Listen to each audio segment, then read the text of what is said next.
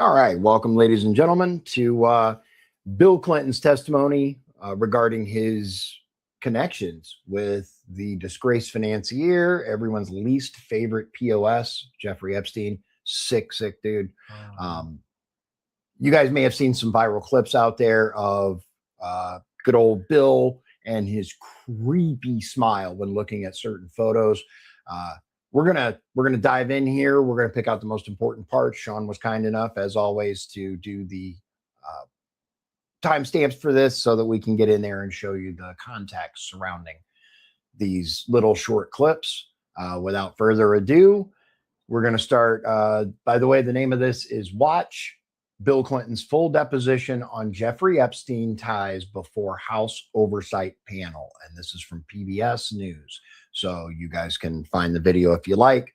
I recommend watching the whole thing, but we're looking at almost 4 hours of testimony. Not everybody has that kind of time. So that's why we do what we do. Here we go. Can the reporter please swear in the witness? Would you raise your hand, please? Do you solemnly declare and affirm, under the penalty of perjury, that the testimony you're about to give will be the truth, the whole truth, and nothing but the truth? I do.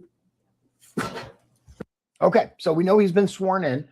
We jump ahead to the 15:56 mark. In the meantime, it was just basically the reporter complaining about that photo that was released from Hillary's deposition. Boebert took a picture And put it out there. We can go back and forth as to whether that was right or wrong, but it doesn't matter. Okay, so 1556 to 1930 is Bill Clinton's opening statement. Strap in. I'd grab a sandwich. You're going to be here a minute. I appreciate that. Nothing new. Mr. President, do you wish to provide an opening statement? I do. It's brief. First of all, good morning and welcome to all of you to our hometown. I appreciate you coming here. I'm here today basically for two reasons. First of all, I love my country and the Constitution, and I believe America was built on the idea that no one is above the law. Especially President. Sorry. And that we should all live by the same set of rules shaped by the Constitution. If only. Democracy requires every person to play their part, and I hope that by being here today, we can bring ourselves a little further away from the brink and back to being a country where we can disagree civilly and search for the truth and justice, and that outweighs the partisan urge for spectacle and point scoring. I will do my part, and I hope you'll do yours. The second reason I'm here is that the girls and women whose lives Jeffrey Epstein destroyed deserve not just justice, but healing. They've been waiting too long for both. Through my brief acquaintance with Jeffrey Epstein, though it ended years before his crimes came to light, and though I never witnessed during our limited interactions any indication of what was going on, I'm here to offer what little I know so I can do my part to prevent something like this from happening again. Un poco. I have to just say one personal thing. Yeah. Since Hillary came in yesterday, she had nothing to do with Jeffrey Epstein. Mm-hmm. Nothing. There's a picture of us both shaking hands with him in a photo line in 1993 at a fundraiser for the White House Historical Association. I don't know how it is under President Trump, but when I was there, it was about the most non-political operation you can imagine. There were people who loved the White House, who were interested in it, would give a little money every year to do things that needed doing around the house. And nothing nearly as extravagant as the ballroom or any of that, just things that had to be done. Right, here we go. And neither she nor I remembered shaking his hand all those years ago. despite him visiting the White House multiple Uh-huh. times during the Clinton administration, he doesn't remember. So I don't think that was right. On the other hand, I do think you should be talking to me. I think you should have called me. I did take those plane trips with him, and you have a right to ask those questions.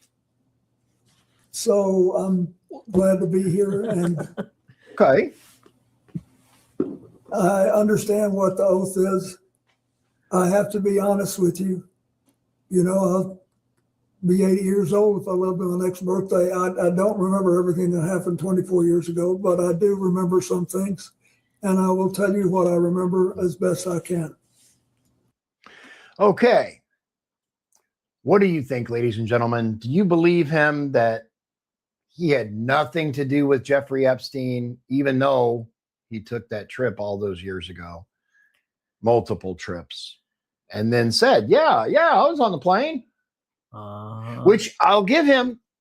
I got to give him. I like to talk crap about the Clintons, but he did say, yeah, you should absolutely be talking to me. Yeah, he did. He did. I got to give it to him. All right. So we're jumping ahead to 2131, and we're going to take this to 3016. I want to start from the beginning. When did you first meet Jeffrey Epstein?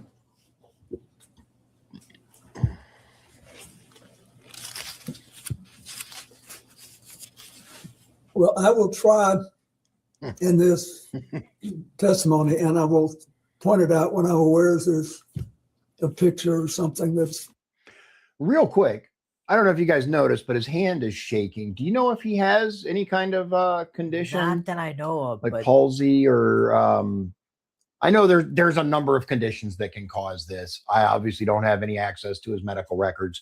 And if there's a medical reason for this, then everything I'm about to say goes out the window.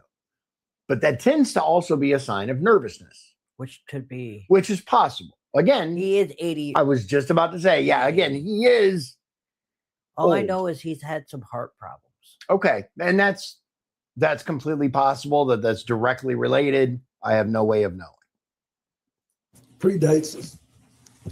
There's a picture that shows him shaking hands in the White House Historical Association reception. That was in 1993, but I'm not aware of that. I first remember meeting him when I got on his airplane to take the first trip with my foundation in, I think, 2002, whenever it was. But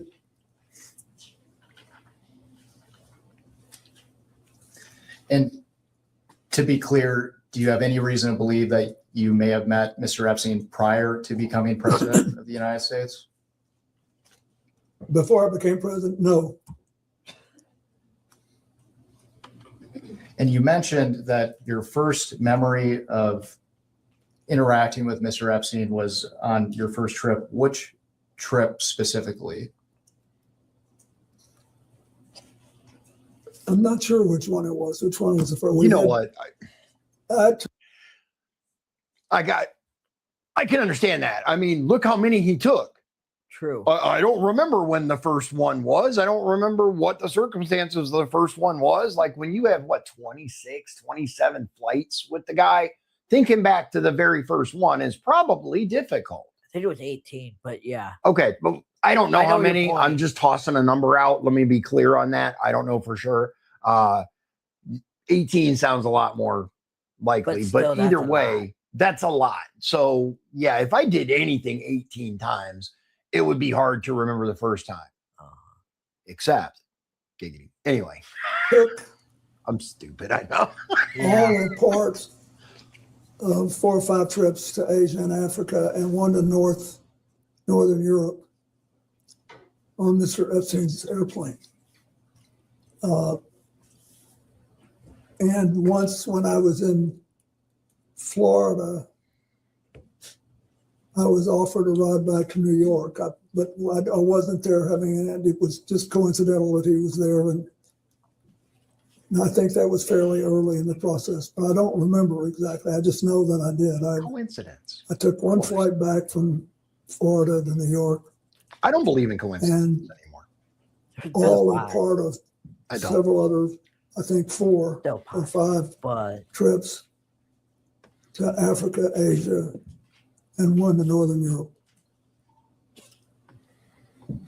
And I want to make sure the record is clear. Is it your testimony today that you have no independent recollection whatsoever of the circumstances of when you first met Mr. Epstein? Objection asked and answered. You can answer again. Yes, I do have a recollection of when I remember meeting him before this trip. I mean, on this trip when I took his plane. Wait a minute. Hold on. I want to make sure I'm not the only one who's mixed up a little, because I thought he said in like '02 at a fundraiser was the first time he remembered meeting. yeah. Now did I get that wrong? Or No, I think that's what. you guys let me know in the comments if I'm getting mixed up here. I may have to go back and rewatch this after we do the video just to make sure I got. Let me see if they dive in. Mr. President, we're going to discuss more specifics later, No. but for the record, can you briefly describe the nature and extent of your relationship with Mr. Epstein? Well, sometime after I left the White House, either in late 2001 or early. I just want to make sure. Do you have your phone with you? I do. Can you look up exactly what year Epstein was convicted of that sweetheart plea deal that he got Okay. from, what's his name, Acosta? In Florida, Yeah. I think it was 2008, I- but I I- double checked. Yeah. You can look on that. Of 2002, I received a call from Larry Summers, who had been on my economic team and was later Secretary of Treasury Yep. Larry Summers. That's fine. and was then president of Harvard. And he said that Yep, 2008. Okay. Now I want you guys to pay close attention to this. He's telling you his connection.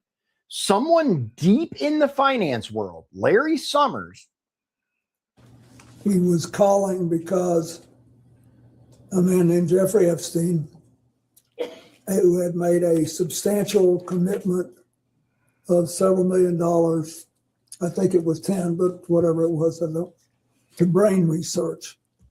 And that he was a information hungry person, and he wanted to spend some time talking to me about economics and politics. And he said, he's got this massive airplane, and he said he would take you, your staff, your Secret Service detail, and anybody else you wanted to bring on the trips that he knew I was planning to set up a global network to provide life-saving AIDS medicine to as many people as possible, as quickly as possible.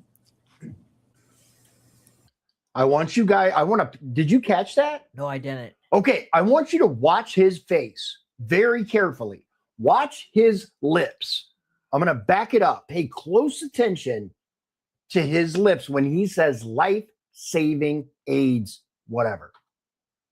Watch this. To as many people as possible, as Here we go. to provide life-saving AIDS medicine to as many people as possible, as quickly as possible. Yeah. I'm not going to say anything. You caught it, right? He laughed. Uh-huh. He fucking laughed. One more time for posterity's sake, then we're going to move on. Work.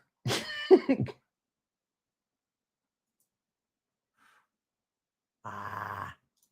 Global network to as many people as possible, as quickly as possible. Hold on, I'm going to back it up. One more time.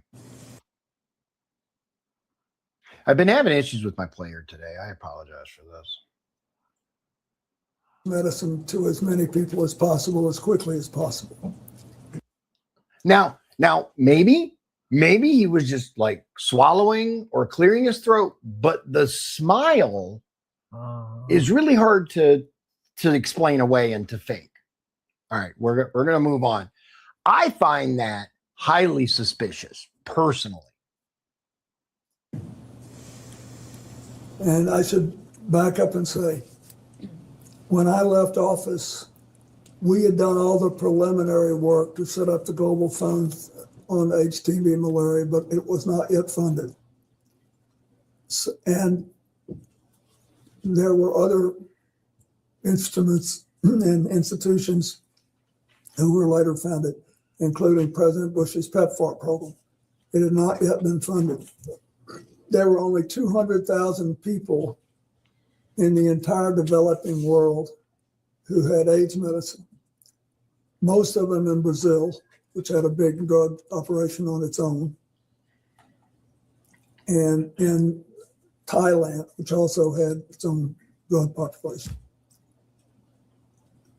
In Africa, there were like 30,000 people or something, just next to no people. And they were dying like flies. And I thought, What an odd expression when he said that. Dying like flies. Not We just had what he found said, but look at dying his like face flies. again. And Hold on, one more or time. something, just next to no people. And they were dying like flies. And I thought we had found a way. Now, maybe if you guys let me know if you think I'm seeing things that aren't there or am reacting to, I don't know, guys. I don't know. It just seems sus to me, but that's just me. To drastically drive the price down.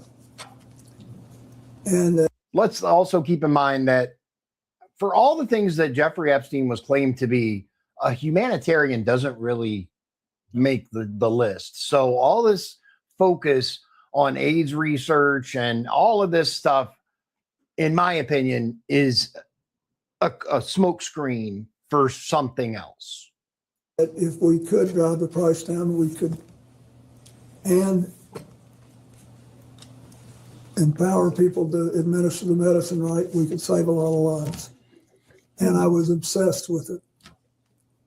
And I was being helped by a man named Byron Magaziner who had helped us in the White House and whom I had known since we lived as Rhodes Scholars together in the 1960s. So anyway, that's why when Larry Summers said this, I thought, boy, this would be great. And so we followed up and took the trips. Sounds like a good cover story. Mr. President, when did your relationship with Mr. Epstein end? When did it end?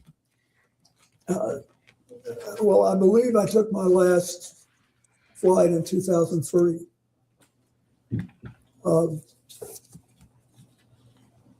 Now,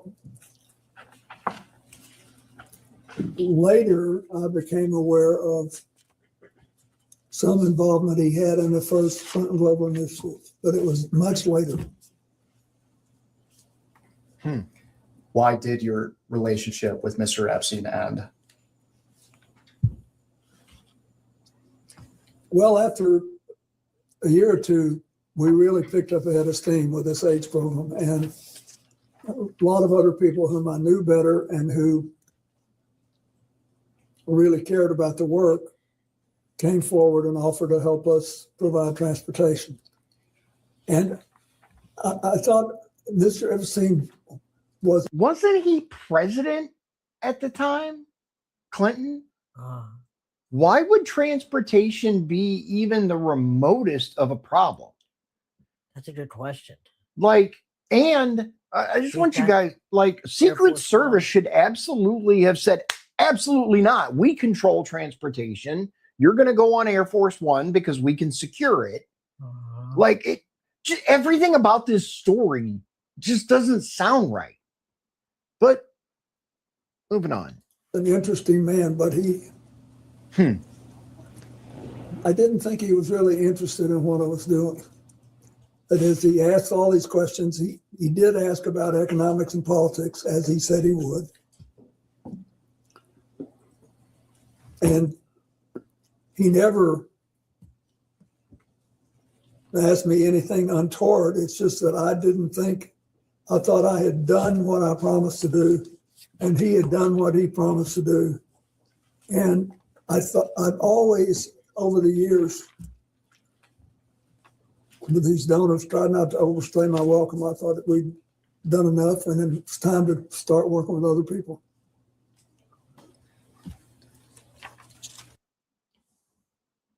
That is the oddest explanation. Like, guys, again, if you guys think that I'm way off on this, but what an interesting choice of words there. He did what he promised to do, Yeah. and I did what I promised to do, and it was time to move on. I didn't think he asked the right questions, but he didn't really seem interested in what I was doing. But yet he did. There's so much left unsaid here and so much reading between the lines that needs to happen by someone far more skilled than me. So that the shake has increased noticeably. When did you first learn of Jeffrey Epstein's crimes? I think in 2008 when he was prosecuted. There's nothing that I saw when I was around him that made me realize he was trafficking women. And I never. I don't It's a believe weird shade. it's a weird shake and the eye shifts and whatever, but we're going to move forward a little bit to the 56-52 mark.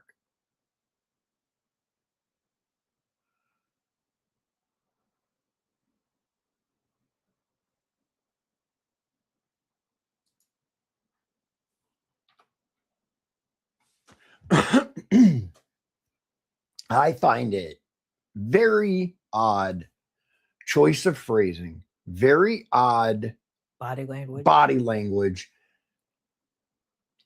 Again, I am no body language expert. As I stated in the last video, it's been a while since I've seen the series Lie to Me. If you guys have never seen it, quality, by the way, quality series, Lie to Me. It's on most streaming platforms, I believe. I've never seen it. Really, really good. I enjoy, especially season one. Season one was incredible. And it goes into micro expressions and a lot of really interesting stuff. It's fiction. It's, created for TV, but the foundation is hard science. And it's actually really, really interesting. Anyway. I see this. This is the paragraph he wants Yeah. to ask you guys. Mr. President, the article reads, by 1995, Clinton and Epstein were sufficiently chummy that he wrote a get well soon note to Epstein's ailing mother. Hang in there, the president scrawled on a yellow Post-it, which Epstein saved and we reviewed. Okay, now that's interesting. That says way back in 1996. Now, Yeah. when did Clinton get elected? First time was 1992. 92. Okay, so it was 92 to 96, right? He wasn't inaugurated till 93. 93, right? But he was elected in the 92 election. Started 93 to 97, right? Or he would have ended in And he was elected 96. again. Yeah, but got elected again, so that would have taken him all the way to 02 01. or 1. Okay, yeah. So he's talking about the encounters in 02. How was he Yeah, after he was president. after he was president? So maybe he's getting the dates wrong. He is 80 years old. He is. So I'm not going to go too hard on that, but odd. Just all of it is His odd. body language is odd. Yeah. So that then goes back. If it was at that point, then transportation was a concern because he wasn't president anymore. So I think we're talking about that whole Clinton Global Initiative and Clinton Foundation crap. Personally, that's what I think. All these trips, obviously the illegal stuff aside, the front for it being this whole AIDS thing and blah blah blah. But just Mr. President, did you write this note? Are you asking if he recalls writing this note from 1995 on a Post-it? Correct. Okay, thanks. Just clarify. It looks like my handwriting, but I don't recall. But I will tell you this. I have written get well notes to lots of people I did not know and had never met. Mhm. And you No, he probably answered has. As my president. next question. Yeah, and he was governor of Arkansas. Uh-huh. I'm sure, I don't know what he did before that, but point being, as someone who has put their hat in the political arena, there is a lot of contact with people that it's a one-time meeting, or can you write this to my dad, or whatever. Potentially. I'll give him potentially. Do you ever meet Jeffrey Epstein's mother or any of his family members? No, I'm not sure that I was asked to do this by Jeffrey Epstein. And I want to focus specifically on the article's characterization. It says that you were chummy with Mr. Epstein in 1995. Is that accurate? Well, I'm going to object to that characterization. It's hearsay. President may answer. No. I was surprised by that. Stop. What did the lawyer say? Stop talking? I think that's what he said. I think that's what he said. Now, interestingly enough, you guys, and this is very well known, people who are lying tend to over-explain. True. People who are telling falsehoods tend to say way more than someone who is telling the truth. I'm not saying that's the case here. I want to be perfectly clear. However, I'm going to back it up. I'm going to see if we can pick up exactly what I he think said that's what. here. Let's Stop. Stop.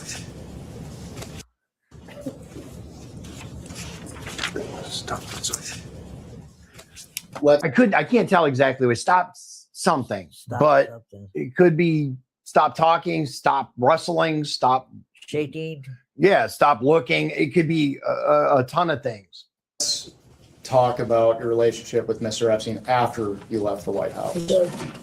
Okay. How would you characterize your relationship with Mr. Epstein?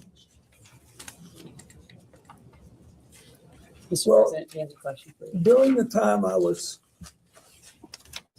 it was cordial. At any time, would you care? That's an interesting, again, I love the show Lie to Me. I look for micro expressions. I can't always interpret them, but I try to notice them. And that little turn of the mouth there when he said we were cordial, once again, It was cordial. Oh, I saw that. do you see it? That little, yeah, again, it's up to someone far better than I am at body language, but I did pick up on it. And now you have too. What does that mean? That's not for me to say. At any time, would you characterize Mr. Epstein as a friend? We were friendly, but I didn't know him well enough to be saying we were friends. How often did you communicate with Mr. Epstein? Usually only on the trips. I did go to his house once, as you know. We went to the Once. White House. And we will discuss Right. that further Yeah. later on today. Again, bear in mind, ladies and gentlemen, public record states that Jeffrey Epstein signed into the White House visitor logs how many times during the Clinton administration? Was 18? 18? Ooh, okay. I don't know how many times. You guys, by all Not means, sure. do your research on this, but I do know it is multiple times that he visited the Clinton White House. He did. And how did you typically communicate with Mr. Epstein? Did you talk to him on the phone? Excuse me, he just said he talked to him on the trips, so that's in person. Typically, my staff communicated with him. I think it was mostly Mr. Band, but somebody talked to him.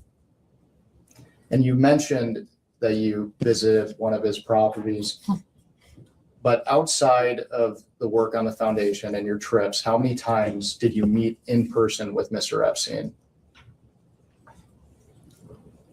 You're asking him to the best of his recollection. Outside of the trips, I believe he came to the office once in Harlem. I was still at the house up there then. And I think he paid a brief visit to the office. And I paid a brief visit to his house. When I once thought he was there, but now that I think about it, I don't think he was. And that was it. I mean, I didn't, Okay, but that's what I remember. And you mentioned you visited Mr. Epstein's house. Are you referring to his New York townhouse? Yes. Okay. So again, he's claiming, oh, he visited the office. Now, what office he's exactly talking about, I'm not sure, but he said one time, and then he visited a different office one time. And then most of the contact, he claims, most of the contact with Epstein was through staffers, his staff, individuals. We don't know exactly who. He mentioned a name that I didn't catch, but that's his claim. But again, we see he checked into the White House multiple times. All right, we're going to jump ahead a little bit to 102.49.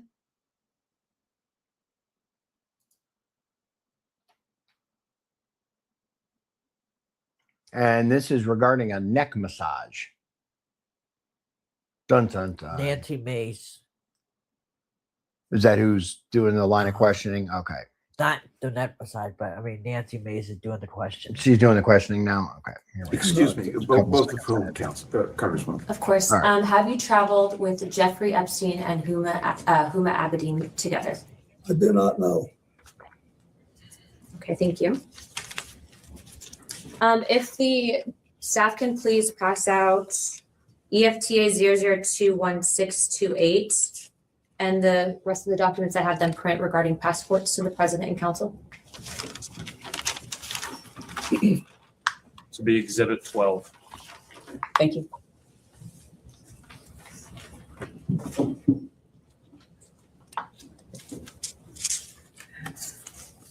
Thank you very much.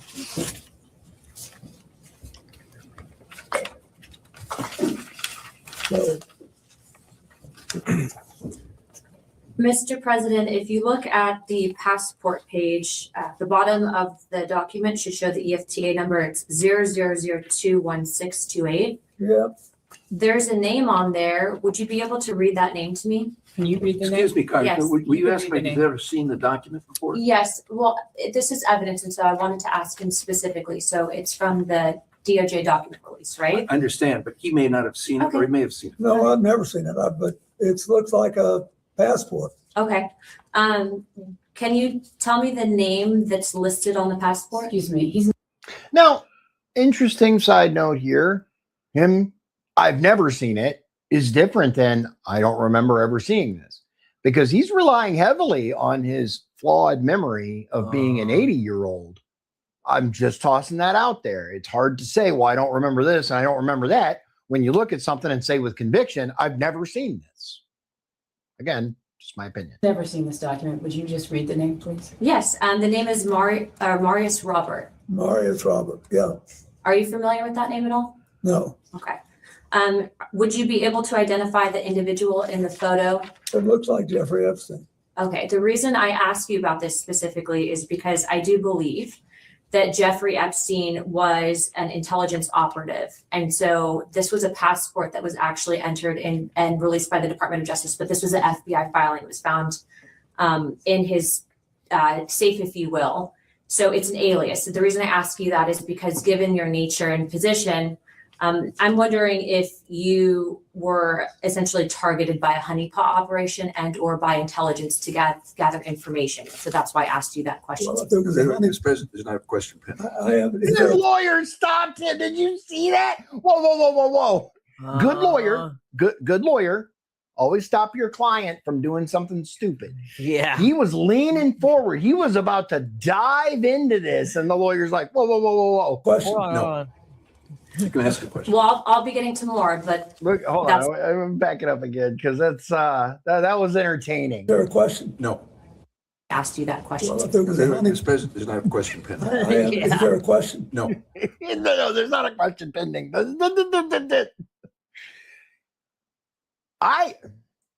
There are a lot of ways you could interpret this look, but I'm just going to let you guys do. You can ask a question. Well, I'll be getting to more, but that's the reason I asked that. Okay, my next question for you is, have you ever What is so funny? I don't know. That They just asked about, potentially being the target of a honeypot operation by an intelligence operative while you were president of the United States. Look at this goofy ass grin. Now, we can all agree Bill Clinton can be goofy sometimes. It's part of his charm. It's part of the thing that, has gotten him as far as he got in life. But I think it's completely inappropriate time to have this shit-eating grin on his face. Just, it's something serious. Had contact with an individual by the name of Shantae Davies. I believe Shantae that's a distinctive name, and so I think that was the name of one of his flight attendants. Okay. She's been described on being on a 2002 Africa trip and providing massages. Was she or any other young female on that trip underage at that time? Not that I'm aware of. good answer. Did you ever receive a massage or have physical contact from her or anyone else on that trip? You've seen the pictures. There was one time when I was sitting up and I got a back Well, rub. that's My fine. neck worked. Look at that smile. That is not guilt. That is not, oh my God, I hope she was an adult. That was, oh yeah, I remember that. Yeah. Like, really, dude? Terrible. Sick. Terrible optics. Terrible optics, regardless of what he actually did or didn't do, because I don't have a stack of evidence against Bill Clinton where I'm like, he did this. It's just really bad optics. Think about the scenario that's going on right now. Remember, this is the guy that from the beginning said even presidents are not above the law. Okay. Smile. And I think Shantae did it, but I'm not sure. Okay. Did you ever visit Epstein's Little St. James Island? No. We have Virginia Guffrey, who has testified seeing you on the island with two young girls. Did this occur at all? Okay. Why do you think she would have made that claim? Objection, speculation. He can't possibly. Have you ever met her or any other Epstein associated underage girl? Not to my knowledge. Good answer. Okay. Again, he can say whatever he wants, but his face says something else. All right, we're going to jump ahead to 111:24. Close enough.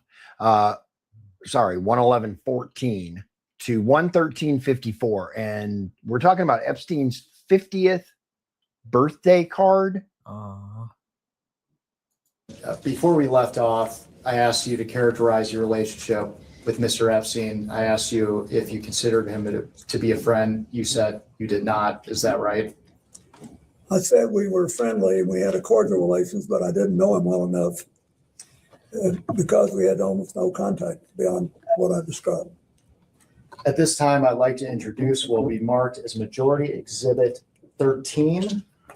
And this is Bates marked House Oversight 000126.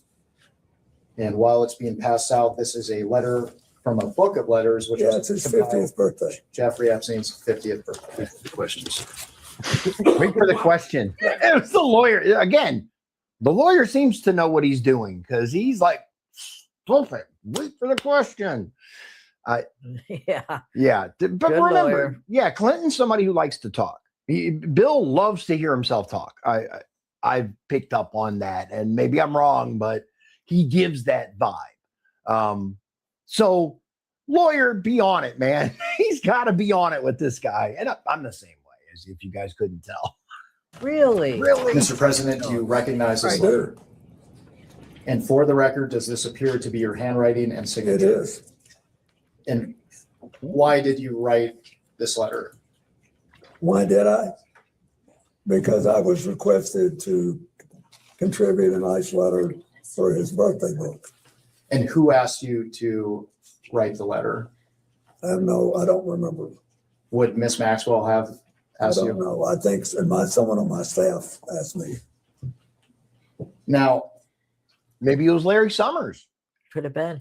I'm just saying, like, he has already made the connection between Larry Summers and Epstein previously, which needs to be looked into, guys. That's all I'm saying. there's a word that our committee has not been able to identify, and in our defense, the Wall Street Journal has not been able to identify. Imagine being on his staff. Can you please read the letter for the record? Ouch. Whoa, that is a lawyer move right there. Insofar as, how do you think I feel? I have to decipher this guy's handwriting all the time. Imagine being on his staff, having to, seriously though, imagine being on his staff and having to decipher all that handwriting, dude. Not just Clinton, but somebody who writes poorly. God, I feel bad for doctors' assistants, man. Like, doctor handwriting is some of the worst I've ever seen. Yes.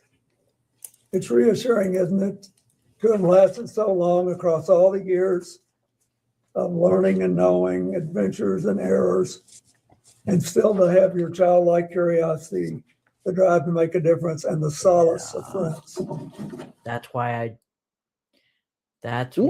What an odd message. that's why I wanted this clip.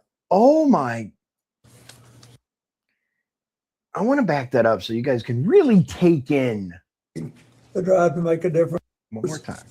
and still to have Okay, I think one more then. Sorry. of learning and knowing, to have lasted. He's slow. Yes. There we go. It's reassuring, isn't it, to have lasted so long across all the years of learning and knowing, adventures and errors, and still to have your childlike curiosity, the drive to make a difference, and the solace of friends. What a weird message. What a knowing what, learning what. Like, it's I don't think open I to vast interpretation. I shudder to think. Me too. Not a bad letter. And because we Look at the, And then the grin. yeah. Did you see? Not a bad letter. Ooh. Ooh. haven't been able to Look, he's still identify laughing. that He's creepy. word until now, what did you? Which mean word was it? He's creepy. Oh able my. to, Not a bad letter. and because we haven't been able to identify that word until now, what did you? Which mean? word was it that you could not? Solace, you couldn't, No, errors. errors. What did I Were you mean? Anybody who's lived 50 years and done anything has made mistakes as well as progress and done things. I agree with that. I absolutely agree with that. The errors isn't even the icky part of it. Oh, But for the record, you weren't referring to errors in judgment that Mr. Epstein had related to his inappropriate activities involving young. Absolutely not. I knew nothing about that. What do you guys think? Do you believe him? Did you ever see the birthday book compiled together? I don't think so. Okay. All right. We jump ahead just a little bit. 1:15:28.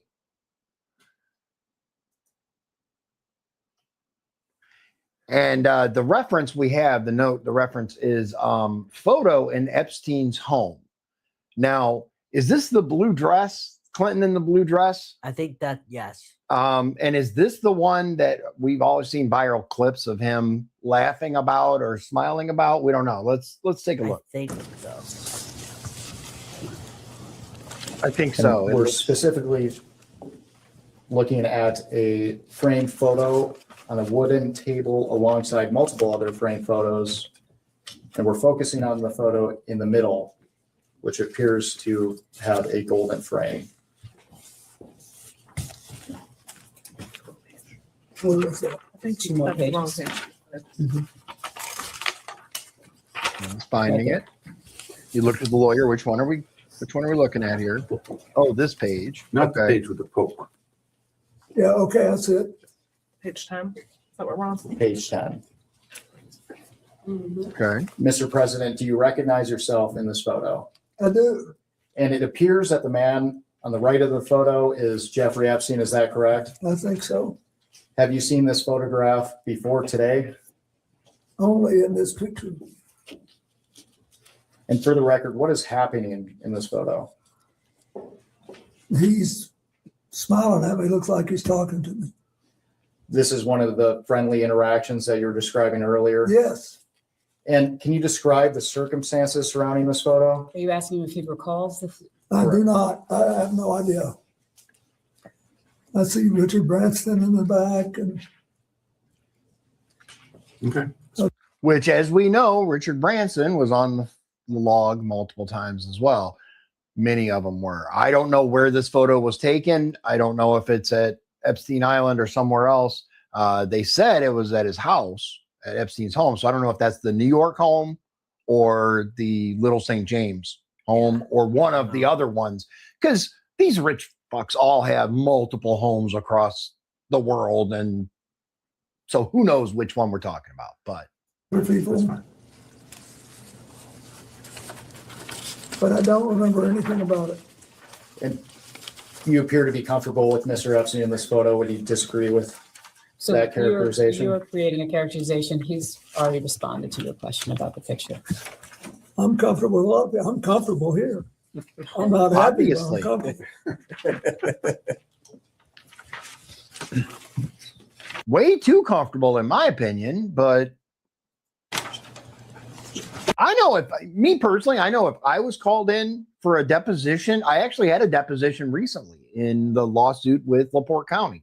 But when I'm called in for a deposition, I'm certainly not going in there all jovial, especially if said deposition is related to one of the most sick individuals that the public knows about. And my conscience is clear. That helps. I don't believe the man has a conscience. I'm just going to say that. I really don't think he has a conscience. If you guys forget his presidency, forget anything else, look into the Clinton Foundation. That alone tells me everything I need to know about him. All right, we're going to jump ahead to 131:48. And again, I don't think he has a conscience, so it being clear does not do much for me.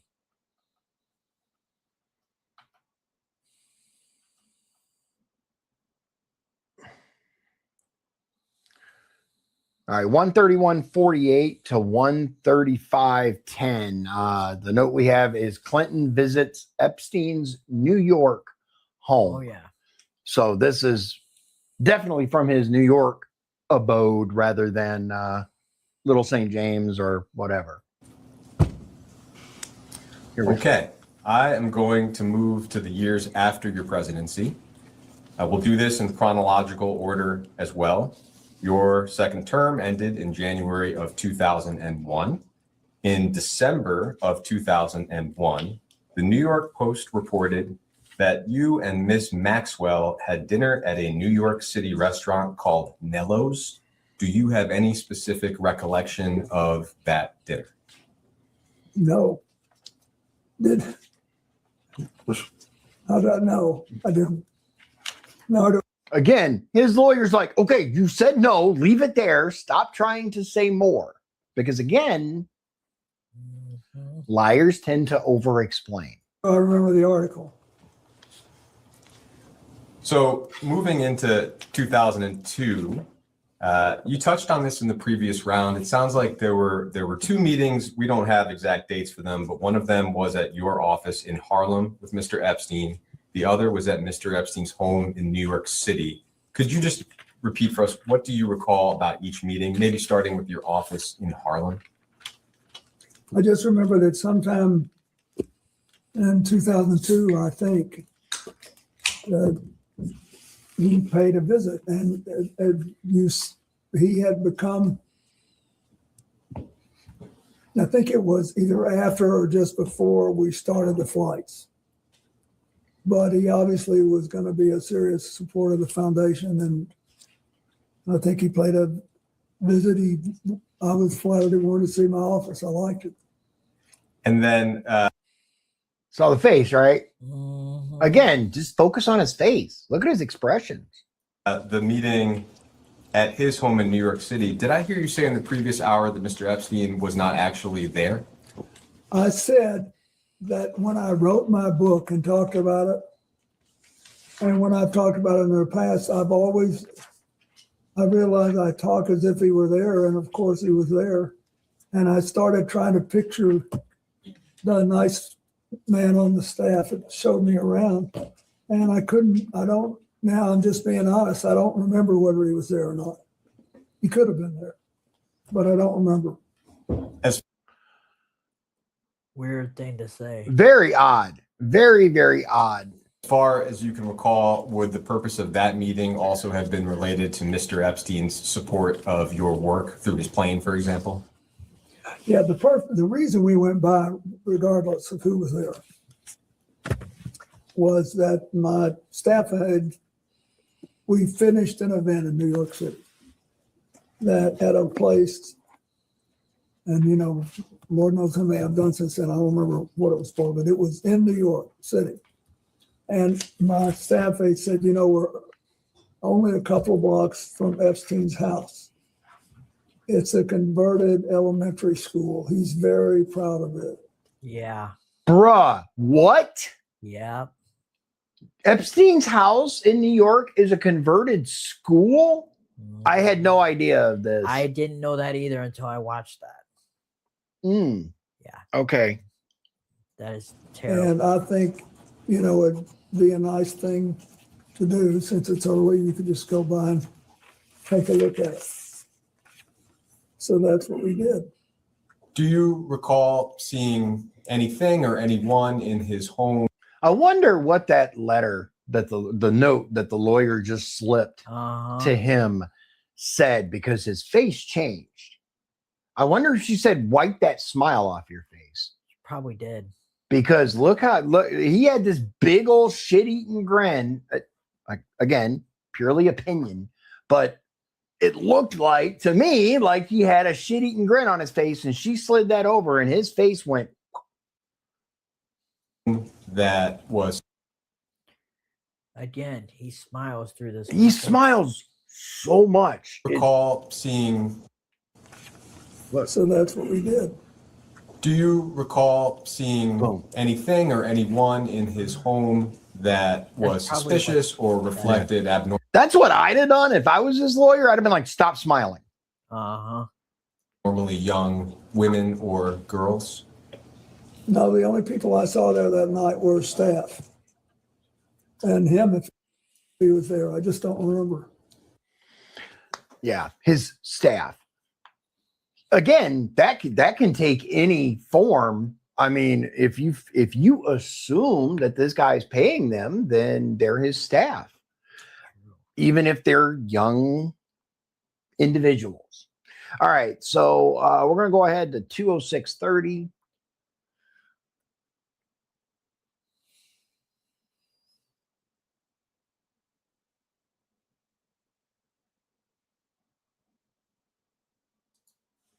And the note that we have on this is 3 survivors who involve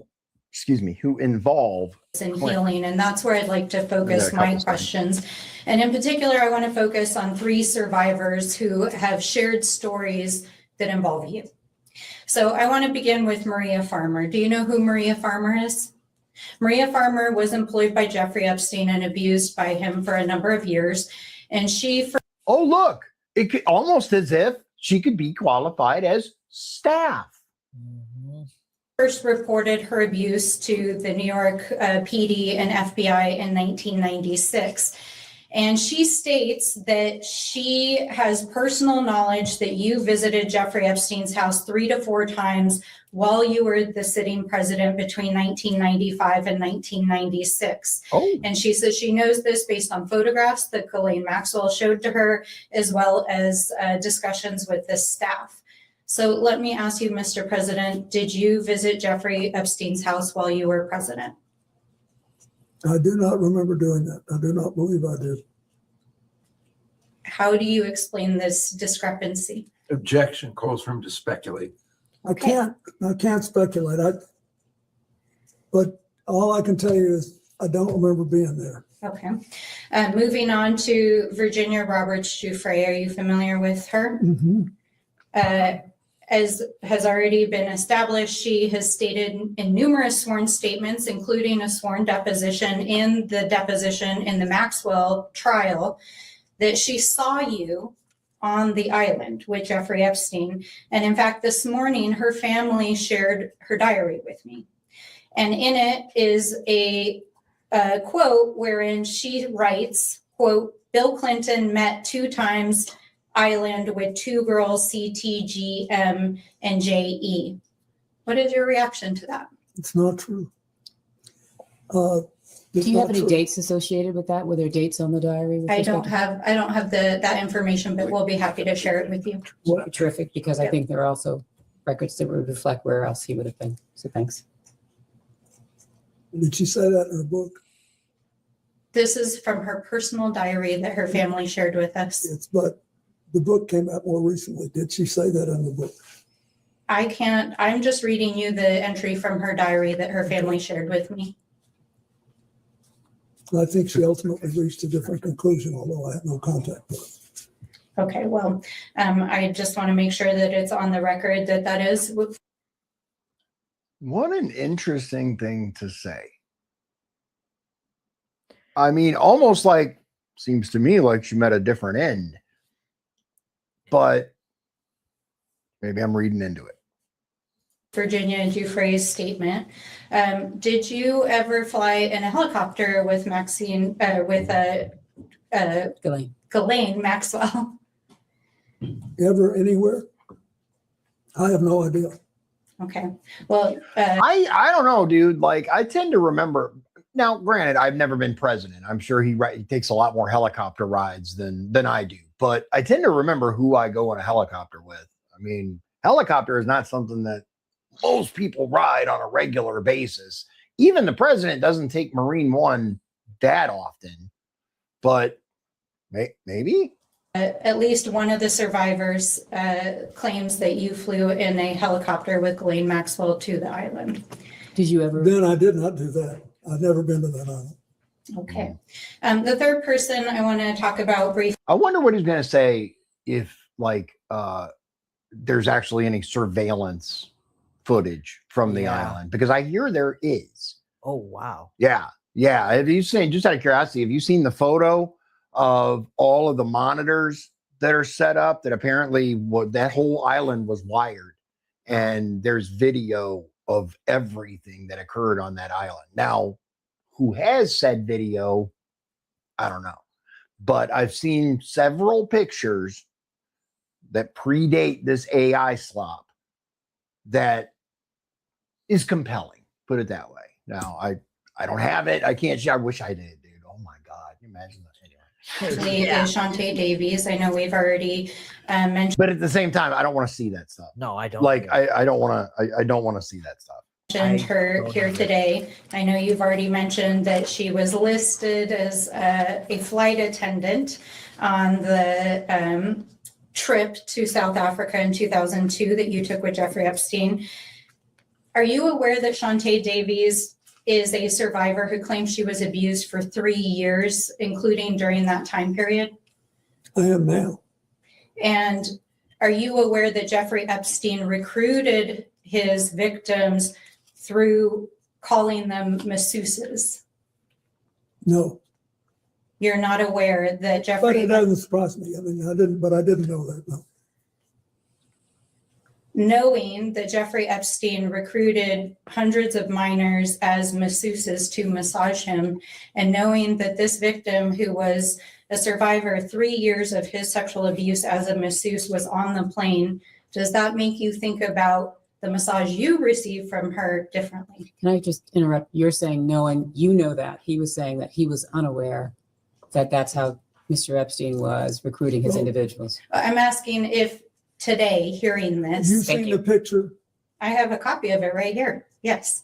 Well, I'm sitting up and I'm just asking if now that you know that Jeffrey Epstein recruited girls as masseuses, does that reframe that photograph, and knowing that there were girls on the plane that were being abused? Objection. It states facts not in the record. You can ask this witness what he thinks or remembers about anything that happened. but I don't think it's right to ask him to speculate.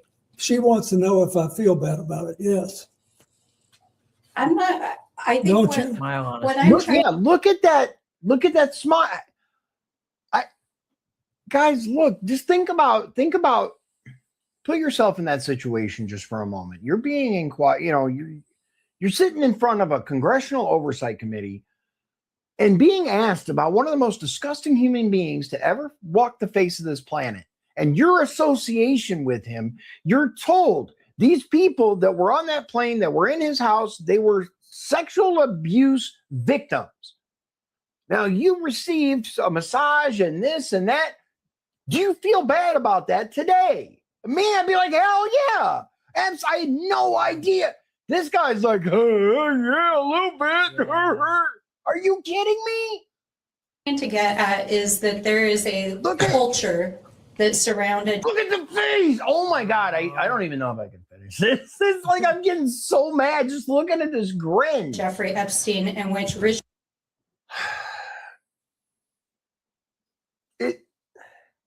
Bruh. is The that lawyer there needs is to a tell him not culture doing that. that Yeah. surrounded Jeffrey Epstein, in which rich and powerful Look. people saw young women that were survivors who were being abused and didn't say anything and didn't do anything. So And is your part question- of what I'm, hold on, part of what I'm trying to do is to ask you, we know there was a survivor that was on the plane. You've stated that you didn't know she was a survivor. I understand that, but I'm asking now that you are aware that Epstein was recruiting survivors as masseuses, does this make you rethink what you saw as you were traveling and interacting with him? So That's a reasonable question. And it's not framed in a hostile way. It's not coming across as you piece of garbage. I think it was very respectful. And I think it was an opportunity. Dude, it's a softball. Absolutely. I feel absolutely horrible about everything these victims have gone through. If I had had any idea, blah, blah, blah, blah, blah. Instead, the lawyer jumps in. So he has already spoken to, I'd no, like- wait a minute. I want to make sure that you are clearly answering her question.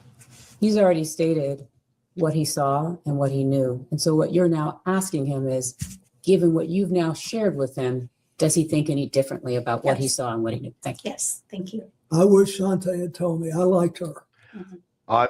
Look at that smile. I Uh, bet you did, you sick fuck. Yeah, he's sick. But I didn't think it was anything unusual. I can't tell you how many airplanes I've been on Which is where probably rich people true. asked me to go and they had someone offering massage. All these boats that you go on and all that, they all do that. Brad just implicated himself in all kinds of stuff and doesn't even realize it. All these powerful people have paid sex slaves. That's it. I mean, that's one takeaway. That's not what I'm saying, but it certainly is a potential takeaway from the what do they call it? Lawyer walks Spontaneous away. utterance. And the Look- lawyer's looking away. Yeah, the lawyer's like, oh my God. And usually I don't do that. I'm not into. Right. Well, Right. that certainly raises some other questions about people offering free massages and boats, et cetera. But I do want to enter a couple of exhibits into the record, and I know council is prepared to pass them out.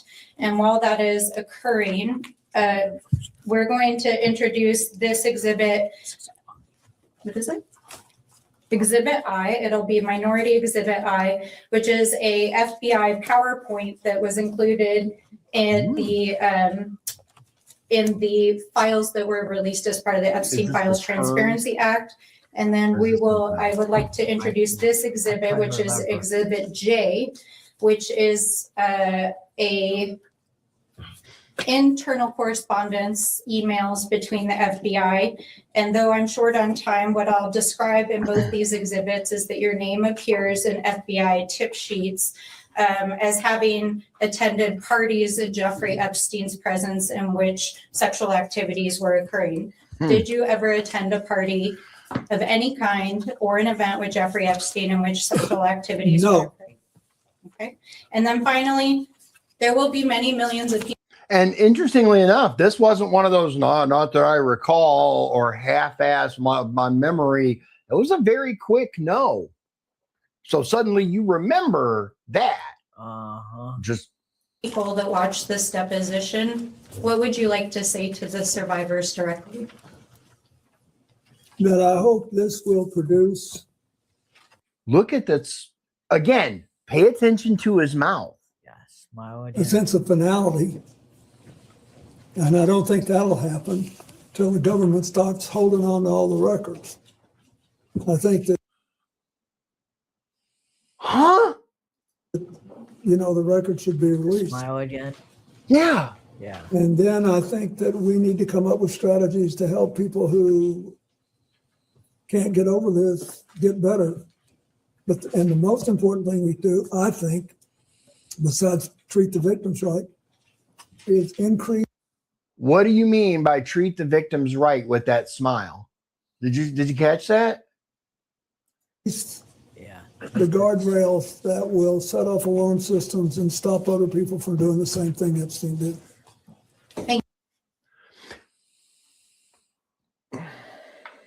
Anyway. All right, we're going to move ahead roughly 1 minute.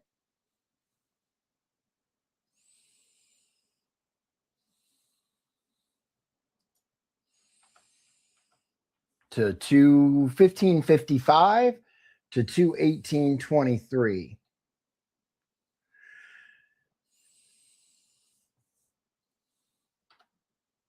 Okay, and the tip that we have, or I should say the context of this, is hot tub photo. Now, what is the hot tub photo? I don't know, but again, he's smiling an awful lot. Now, as I've said before, Bill Clinton's a goofy dude. He likes to smile. He likes to joke. Again, was part of his charm, and it's one reason why so many people liked him. But here we go. Not the time. For those who can't see it, it's a photo of you in a hot tub. There's a person next to you here. Do you remember where it was taken? Where was it taken?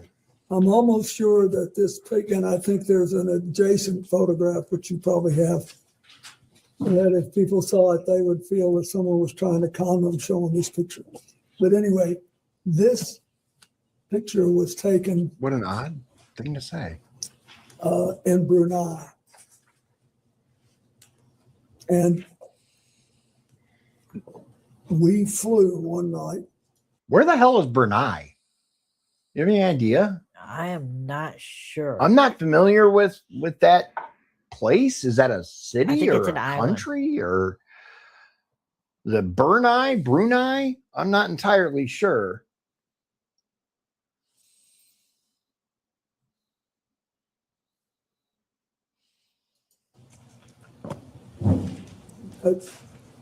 On a trip to Asia, the last very long leg. You said we. Is it who is that including? Well, my TIL team that was working Thank you. on the AIDS issue, and Mr. Epstein was there, and Okay. Miss Maxwell. But anyway, we got to the end of the flight was Brunei. Look at it again. The smiles, dude. The recollection, you can see he's remembering something and he smiles about it. It's a tiny place, but a very wealthy one. And the Sultan of Brunei was a man that I had gotten to know well in my 8 years as president.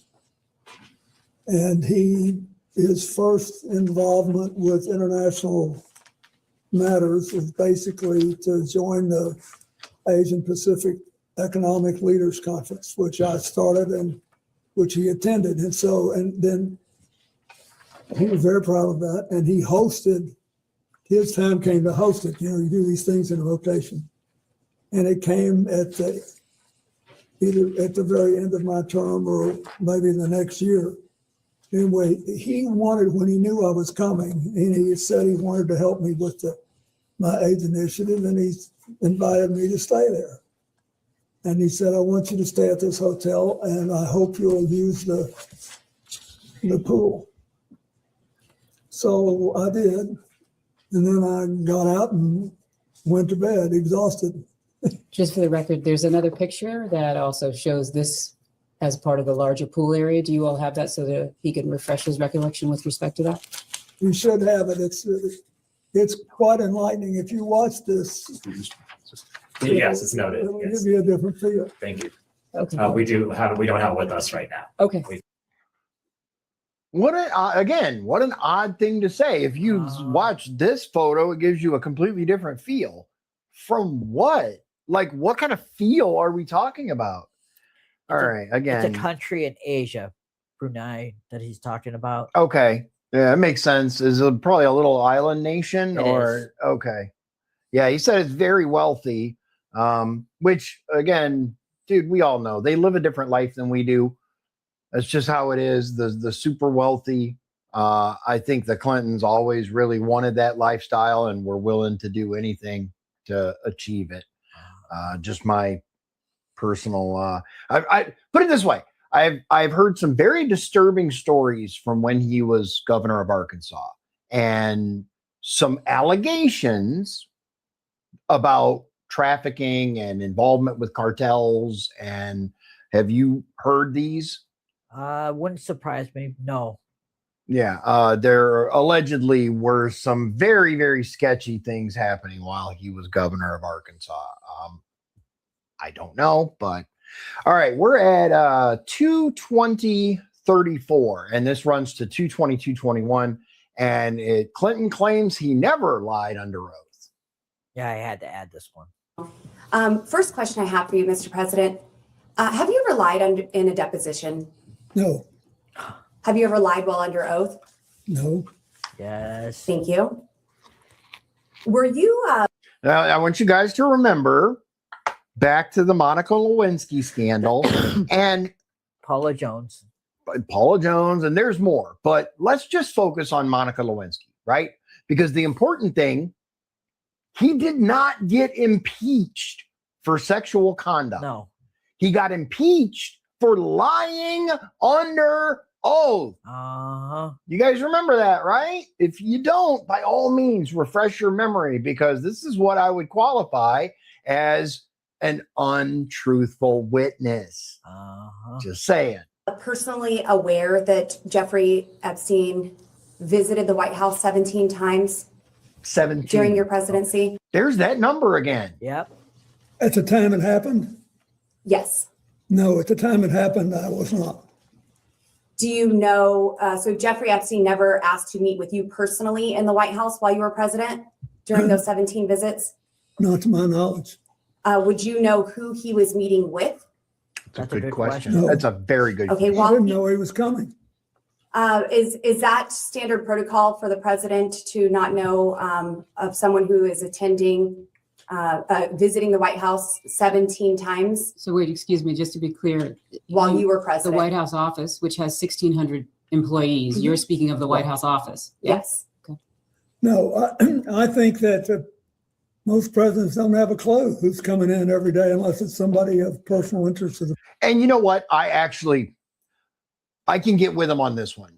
The president is not omniscient. He has no way to know, unless he's sitting there watching cameras or reading the logs, That's true. of knowing He's doing who other all. things. Because, like she said, there's hundreds, if not thousands, of employees and people that are going in and out of the White House and running around.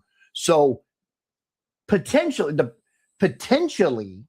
Epstein could have visited the White House 17 times and not seen Bill Clinton once.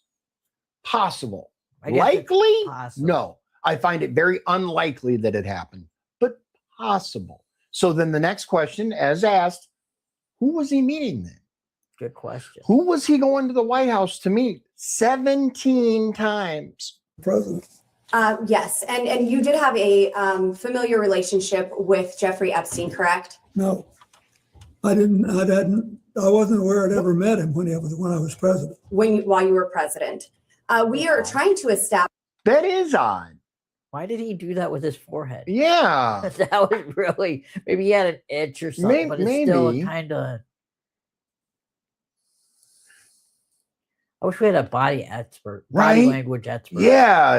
If you guys know a body language expert that Really has done a weird. breakdown on this would be very interesting. But again, you can learn a lot by micro expressions and just watching people's faces as they testify. That's why I love video depositions as opposed to text definitions, right? Or depositions, excuse me, because you can actually watch how people answer. with Jeffrey Epstein, correct? No, I wasn't aware I'd ever met him when I was president. He didn't even scratch. No, He just held his finger there. What does that mean? that's a good question. That's an odd response. And it wasn't for just like touch and scratch or, use your fingernail to get something or even like massage your eyebrow. It was up on the temple and it was just how odd. While you were president. We are trying to establish if Jeffrey Epstein was a foreign or potentially even a domestic asset of some kind. Do you have any reason to believe that he was trying to seek access to classified materials, intelligence reports, or sensitive government information? No, I knew nothing about this story until it came up. I was glad to see that picture of the. Yes, and Mr. President. Again, he's smiling and laughing about some picture. I think he's talking about the passport. These obviously represent fond memories for him. Every time we ask him, or they ask him to recollect something or talk about something, he gets that grin on his face. Like, I don't know, man. I have a hard time thinking that he has any regret for any of this stuff that happened. Okay, so 235.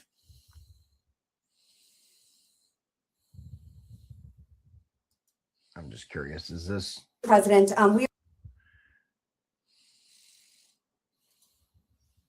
okay, well, whatever. I gotta go to what I'm actually supposed to be doing. 235:27.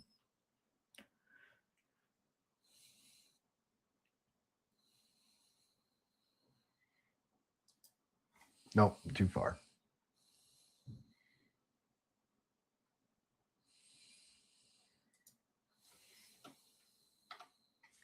Okay. Now, 235:27 to 236:26, about a minute long, and it says, does Clinton think Epstein killed himself? with Jeffrey Epstein, no. Okay, thank you. Mr. President, there's been new information that has come out regarding the autopsy of Mr. Epstein. I would just like to ask you personally and directly, do you believe that Jeffrey Epstein killed himself? Are you asking him to speculate on how Mr. Epstein died?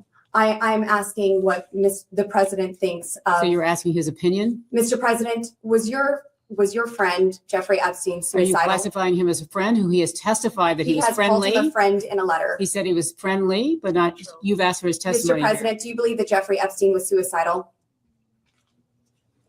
Do you know? Was he ever She's asking for the suicidal? best of your I understanding. don't know. I only know what the medical finding was. I think maybe That's it. he finally got caught, and I don't know. I've accepted it in my own mind. I don't know what happened, The warrior's Mr. President, what okay. did you accept? That he killed himself or that he did not? but he did, but I don't know. Yes, sir. Yeah, the lawyer's doing his best, man. He's like, you answered that. Stop it, without being ridiculous. Speaking of lawyers, did you see I forget which trial it was. I think it was like Les Wexner when they called him in front of Congress, and or maybe it was the head of Victoria's Secret. Anyway, one of these big guys connected to Epstein, and the lawyer leaned over and told him, if you answer another question in more than 5 words, I'm going to kill you. What? Did you see that? I did not, but wow. Look that up. Just put that quote in. You'll find it. These are people telling on powerful people. Uh-huh. And now, to the lawyer's credit, I get it, man. If you're trying to get your client, you're trying to protect your client. That's your job as their attorney. We can discuss whether it's right or wrong. It doesn't matter. The lawyer's job is to protect their client. And your client is steady giving information that is detrimental to your client, whether it's that client or a different client. You're going to tell them, shut the hell up. And this lawyer is trying. He's doing his best. I'll give it to him. He's doing his best. Not going well. But no. Clinton has a problem of oversharing. And again, the smiles. the facial expressions, everything is just wrong. All right. So what do you think? You know what? I do want to say this. I would actually like to see, and maybe Shawn will be kind enough to do this. They're actually calling in one of the correctional officers that were in charge of Epstein at the time, right? Now, you guys, I don't know how much you guys know about the details of Epstein's so-called suicide, but several really suspicious things happened. Number one of the individuals, I forget her name, but one of the correctional officers Googled multiple things regarding Epstein. Now, that's not unheard of when you're in charge of someone and you'd like to learn more about them. But the searches themselves were latest news on Epstein and different stuff. It was weird. In minutes before his so-called suicide. Also, there were 2 people assigned to that area. Both of them fell asleep at the same time. That does not happen, guys. That does not happen. When you and someone else, I worked in a prison. 2 people do not fall asleep at the exact same time and then wake up at the same time. Doesn't happen. Also, she had multiple cash deposits of very odd amounts, like $500, $5,000, something like that. Very even numbers, like multiple that were deposited to her account leading up to the Epstein drama. And did the videotape stop or something? Yeah. So the video, allegedly, the cameras quit working. Yeah. Bullshit. I call bullshit. This is a federal facility. The cameras are top notch. No. Did they already test Neither it? do you. We don't. None of. What? Did the I don't think it happened yet. Okay, I think it's coming up. I just read that they had called her. I know there was they did a couple of interviews, but she hasn't been. Now she's being called to testify in front of Congress. So when that happens, yeah, I can do that. I think so. Like I said, guys, I've worked at Indiana State Prison. I've worked in the most secure facilities in there, including IDU and X-Row. And when you have multiple cameras that are set up on an area, they don't just go out. The cameras don't just stop working. They don't just give up unless someone makes them stop. Also, they tried releasing this video, you guys might have seen it, that's supposed to be showing the outside of Epstein's cell. Did you see that? It's so-called video that's like, oh yeah, this is when the video stopped. The one outside his cell quit working, but another one is supposed to be up and running, right? So they released the footage from that.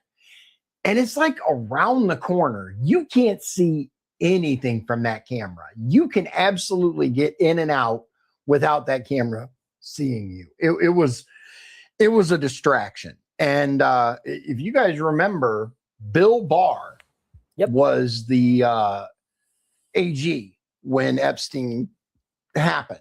And I don't trust him at all. I think he's crooked AF, personally. Been picking up too much slang from my kids, man. All right. So let's see. We're going to Mark Middleton, whoever that is. Oh, this story. 253.45. And we're going to. It's relevant. It's a good. It's what? It's a good one? Yeah. Okay. It's interesting. Yeah. So Mark Middleton, 253.45 to 257.12, about a minute and a half. We're almost done, guys. Stick with us a few more minutes and you'll get the full story. Here we go. That question multiple Absolutely. times. Yeah, thank you. Okay, and then finally, I want to move on to another question regarding the visits to the White House. Are you familiar with Mark Middleton? Yes. Can you describe who Mark Middleton was? I don't know the name. He was a young man from Arkansas. Okay. Who was really ambitious, wanted to go to work in Washington, wanted to have, and he knew Mac McClarty, my chief of staff, who was from Little Rock, and Bruce Lindsay, who was also from Little Rock. And he worked with us. And then later, I think he became, I don't know, but maybe he became a lobbyist later. But there was a period of time when he was in a position to wave people in to the White House because he was, that was one of his jobs. Okay. Okay. So he was, has been identified by multiple news sources to be the individual that most of the time was entering or signing in Jeffrey Epstein into the White House. Yes. And what role did he have specifically at that time? He was working and, you know, on logistical things in the White House, but there. That was an interesting look directly at the camera. Did you catch I that? missed it. He was working. He looked right at the camera. Must have been some, and you I could have look. he was working and, you know. Now maybe he's looking at someone seated there. I don't want to say for sure, but it sure looks like he was looking right at the camera. He was working, and then he changed what he was going to say. On logistical things in the White House, but there must have been. Logistical things in the White House could mean any number of things. One of the things that he was doing, though, was ensuring that Jeffrey Epstein got in and out. And someone else who he told him to let him in. Maybe Mark had I don't know if he had the authority to let people in. You can only testify to what you know. He's asking, who did Mark Middleton work for in the White House? I don't know the answer to that. Okay. I can find that, but So knowing that he met with Mark Middleton or was signed in with Mark Middleton, do you have any knowledge of the content of the meetings or the topics of the meetings that Mr. Epstein would be coming for? no, Mac never said anything to me about meeting with him. And by Mac, do you mean Mac McClarty? Yeah. Chief of Staff, did he work for Mac McClarty? Well, he might have been, but at the time, was this at the beginning of my presidency or at the end? This would have been during the 90s at the beginning. when- 1993 to 1995 is what they provided before Yeah, the he period was- of time for the visits.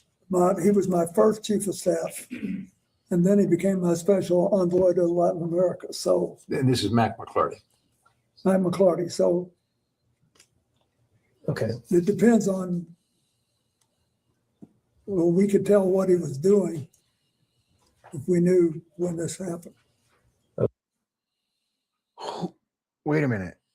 We could wait. I want to make sure I caught that right. Let's back it up just a second because those words again are a very interesting choice of phrasing. Okay.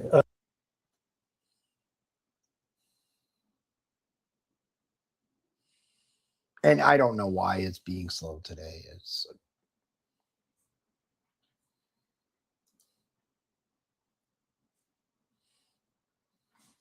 you guys can see it's buffered down Come on, here. internet. Yeah, it's not the internet. I don't know what's going on. Oh. Maybe it's buffered already, so it shouldn't be the internet. Okay. Here we go. It depends on, Look.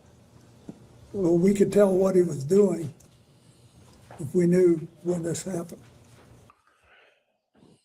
We could tell we could tell what he was doing based on the date.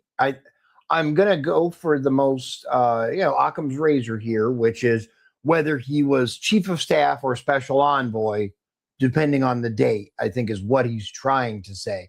But it comes off very, very weird. Okay. Are you aware that Mr. Middleton committed suicide Yes, I in am. 2022? That's convenient. Isn't it? That is super convenient, guys. Do you have any idea how many so-called Clinton associates have decided that they would rather leave this world than continue on? The number is shocking. Yeah. Shocking. He was found dead at Hefner Ranch, approximately 30 miles from his home in Little Rock. He was discovered hanging from a tree by an extension cord around his neck with a self-inflicted gunshot wound to the chest. Wait, so he hung himself and shot himself allegedly? Allegedly. Yeah. Really? Yeah. With Really? It's dangerous working with the Clintons. It really is dangerous working with the Clintons. That's take that for what it is and leave it for what it's not. I'm not suicidal. That's all I want to say. I'm not either. Right. So he was shot and hung. Yeah. Do you, do you have any information that leads you to suspect that he did something other than commit suicide? No. No, you'll have to ask my wife about that. Yeah. Here's the thing. I truly believe, I don't think Bill Clinton has the mind for that level of deception and planning and master manipulation. I think Hillary does. Absolutely, beyond a shadow of a doubt. Puppet, she exudes puppet master vibes. Like exudes. And I could be wrong. Like a lot of people have said, don't let him fool you. The goofy exterior, there is a very, very manipulative and dangerous mind at work underneath that. And it's completely possible. We're going to jump ahead to, we're going to 333.32. 33332. And we're going there for Chelsea's wedding. You guys may or may not be aware, probably are by now, that Epstein's best buddy and son of foreign asset, Ghislaine Maxwell, was not only an attendee at Chelsea's wedding, Chelsea Clinton, but she's been shown in several photographs as being there. So here we go.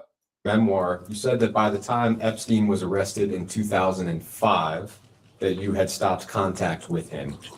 When do you recall being the last time that you had any kind of communication with Mr. Epstein? The last time I remember was with him was sometime in 2003.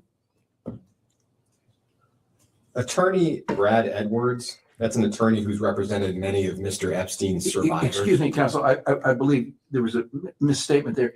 The book says who in 2008 had been convicted and jailed in Florida, not 2005. Okay, thank you. I appreciate that. Okay. So 2000. Attorney Brad Edwards has represented many of Mr. Epstein's survivors. He claimed in a 2011 filing that he believed the Justice Department possessed some kind of correspondence from you from 2007 or 2008 on behalf of Jeffrey Epstein. At any of the various points when Mr. Epstein was under investigation, did you or any of your representatives ever submit any correspondence to the Department of Justice on his behalf? I have no memory of that. To your recollection or knowledge, did you or your representatives ever have any other communication with the Department of Justice regarding Jeffrey Epstein? Not that I remember, no. CNN has reported that in 2007, Ms. Maxwell co-hosted a fundraiser for Secretary Clinton's presidential campaign in New York City. We believe that Christina Aguilera may have performed at that event. Do you have any knowledge or recollection of attending that event? I don't. There was an email released as part of the DOJ files recently that suggested you may have attended a party at Ghislaine Maxwell's home in October of 2009, and that publicist Peggy Siegel, as well as Jeff Bezos, may have attended. My only question to you is whether you have any recollection of attending a party that I just described. Is this her home in New York City? It would be at Ms. Maxwell's home in New York City. I have no memory of that at all. Thank you. It's been widely reported that in July of 2010, Ms. Maxwell attended your daughter Chelsea's wedding in Rhinebeck, New York, and that she accompanied billionaire Ted Waite, who was Again, Look now, maybe he's just thinking fondly on the day his daughter got married, which is completely possible. Yeah. Because I, for all his flaws, I have no reason to think that Bill Clinton is anything other than a loving father. If you guys remember back to when he was president, I think it was Saturday Night Live or some comedian did something where they made fun of Chelsea. And Hillary actually said, not okay. Knock it off. You can make fun of us all day long, but leave my daughter out of it. So it's possible that he was just thinking back to the day of his daughter's wedding. I'm going to assume that that's the case because there's plenty of evidence of sickness elsewhere, in my opinion. Was at least at the time a family friend of yours, and you've described a little bit today. You, of course, were at that wedding as well. Do you have any specific recollection of interacting with Miss Maxwell at that wedding? No, I was an emotional wreck. I was just trying not to fall off the little, what do you call the pallets? The dais? No, the wooden we walked on the grass with. Oh, yeah. They put the boards down so it doesn't sink down in the grass, especially if it's kind of soft. They'll put like pallets or boards or whatever down so that people can walk down without getting their shoes all nasty. So completely possible that that's what he's actually talking about in this case. And like you said, I'm sure he was an emotional wreck. Like, dude, the day your daughter gets married, that's a huge deal for most fathers. I knew she was there, and she and Ted were there. And what was your understanding of her relationship with Mr. Waite at the time? Well, I thought they were together, and I think Chelsea and Mark did too. And there.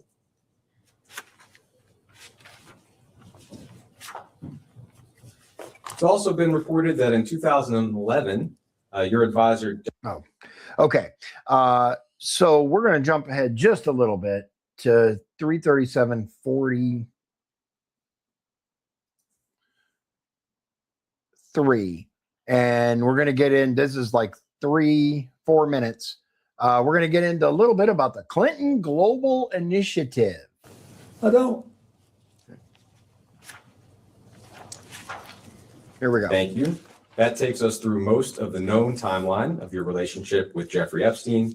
There's just one more topic I would like to cover. That is the Clinton Global Initiative. In 2007, Mr. Epstein's lawyers claimed that he was part of the original group that conceived the Clinton Global Initiative. Would you agree with that characterization? No. Can you elaborate a little bit on why you would not agree with that? I wouldn't agree with that because the first time I ever discussed what became the Clinton Global Initiative was with Doug Mann and the rest of our small group on the way back from Davos.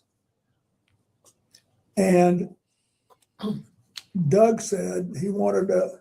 And for those of you who may not be familiar, Davos is a meeting of basically the people who run the world. It's like the Bilderberg Group, the Grove. What do they call that? The Bohemian Grove. It's that kind of thing. Davos is invite only, heavy security, just like the Bilderberg Group. And luckily, world leaders are generally a part of Davos, but it's not a place where people who are not important go. It's just not. And I find it interesting. The reason I'm even mentioning this, I find it very interesting that the thought for this Clinton Global Initiative came after a visit to a place like that or a meeting like that. Really lends a lot of credence as to what it eventually became. We should have a meeting like this in New York at the opening of the UN. And we can make a lot of money. Good. Because you don't have to go to Davos. You can meet all these people over here. And I said, I want to do it for an entirely different reason. It's fine if we make money, but Right. the most important thing is that we give serious people a chance to go to meetings and actually make commitments to make positive change. I'm tired of going to meetings where everybody just bloviates and doesn't ever do a damn thing. So if we can figure out how to do that, I'm interested. And then we got, a team. There was, to operationalize it, it was Doug Bann, Mary Morrison, who had worked for me in the inner office at the White House, and a man named Ed Hughes, who was a wonderful young guy who stayed with us the whole 12 years. And they were working on how to stand up and do the mechanics of this. Then my job was to try to get some people who would come that people would want to hear and see, and try to, make it exciting and make people actually want to make commitments. And so I think it was at that point that Ghislaine may have gotten involved. I don't know. You can ask them about it, but I'm just telling you how it began. It began with Doug said, let's do this and make money, and me saying, let's do this and make commitments. I think the question, Mr. President, which you answered was Jeffrey Epstein You're trying involved to get At the time, no, not at all. It was a simple question. You answered it. Shut up. Stop saying more. Yeah. Poor lawyer, dude. But I do not know what happened afterward. It has been publicly reported that in 2006, Can you imagine being the attorney to someone who just won't shut up? Yeah. Mr. Epstein made a $25,000 donation to the Clinton Foundation. Do you have any specific knowledge or recollection of that donation? No, I saw it I saw that it was reported. I don't know. Thank you. Yeah, I don't know. People make $25,000 donations all the time. It's a different world, man. It really is. It's a different world. Like 25 grand to these people is nothing. That's why when people are making a big deal out of the $25,000 donation to the Clinton Foundation or Global Initiative, 25 grand to these people is pocket. It's in the couch. Like that's the level that it matters to these people. It's wild. All right. Last clip. And we're at 346.25. So right about there, couple seconds before. And we're only going to 348.08, about a minute and a half. And it has to do with President Donald Trump. Here we go. Minority Exhibit B, which you already have. Yep. President Trump's post refers to Jeffrey Epstein's crimes against young girls and women as the Epstein hoax. His post also completely ignores several other high-profile individuals, including Republicans and allies of President Trump, who were known to have had relationships with Epstein. In fact, the Epstein files contain numerous officials in the current and previous Trump administrations who have connections to Jeffrey Epstein, including Howard Lutnick, RFK Jr., Steve Bannon, Tom Barrett, Kevin Warsh, and Mehmet Oz, to name a few. President Clinton, to your knowledge, has the Trump administration done anything at all to investigate these other individuals with ties to Epstein? Well, I wouldn't be in a position to know. Right. That's the truth. That's a truthful answer. He wouldn't be in a position to know. He's out of the loop and has been for a long time. Not like Trump would tell him anything anyway. As I said earlier, the only conversation I had with President Trump about this was in the early 2000s. And I have no information that he did anything wrong. I just want it all out there. I want everybody to get it all out there and let everybody see where we are. And had you had any conversations with him since the early 2000s about this subject matter? No. And then my last question is, Howard Lutnick recently went so far as to lie about his close connections with Jeffrey Epstein, but the truth came out with the release of the files. President Clinton, is Howard Lutnick still employed as Secretary of Commerce in the Trump administration, to your knowledge? I think he is. And in your opinion, That's it. And look, guys, I want to make sure everybody's on the same page here. I don't give a shit who's in the files. I don't care what they did. If there is credible, prosecutable evidence that someone did a crime, I don't care who they are, they should be prosecuted. Period. Agreed. End of story. I don't care if it's Trump. I don't care if it's Lutnick. I don't care if it's RFK Jr. I don't care which side of the aisle they're on. If they're a sicko, they need to go. It's that simple. That's it for this hearing, ladies and gentlemen. I hope you got something useful out of it. I know I did.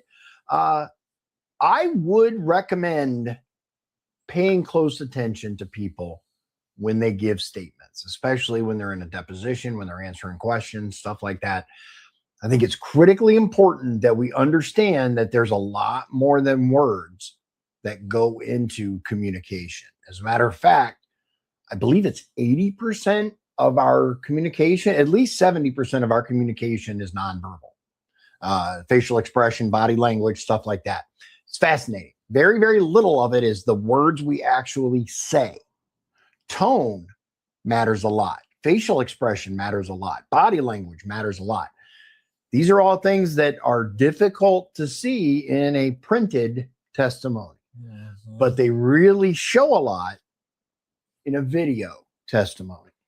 So that's it for this, ladies and gentlemen. I, again, hope you got something useful out of it. Excuse me. And I'm not sure what the next one we're going to look at is. Hiccups. I hate them. Excuse me. I'm not sure what the next one we're going to get to is really up to Shawn. But one of the things that I would like to see is I'd like to see the next UAP or UFO hearing. I did hear that President Trump has given the go-ahead to basically declass almost everything. That's going to be huge.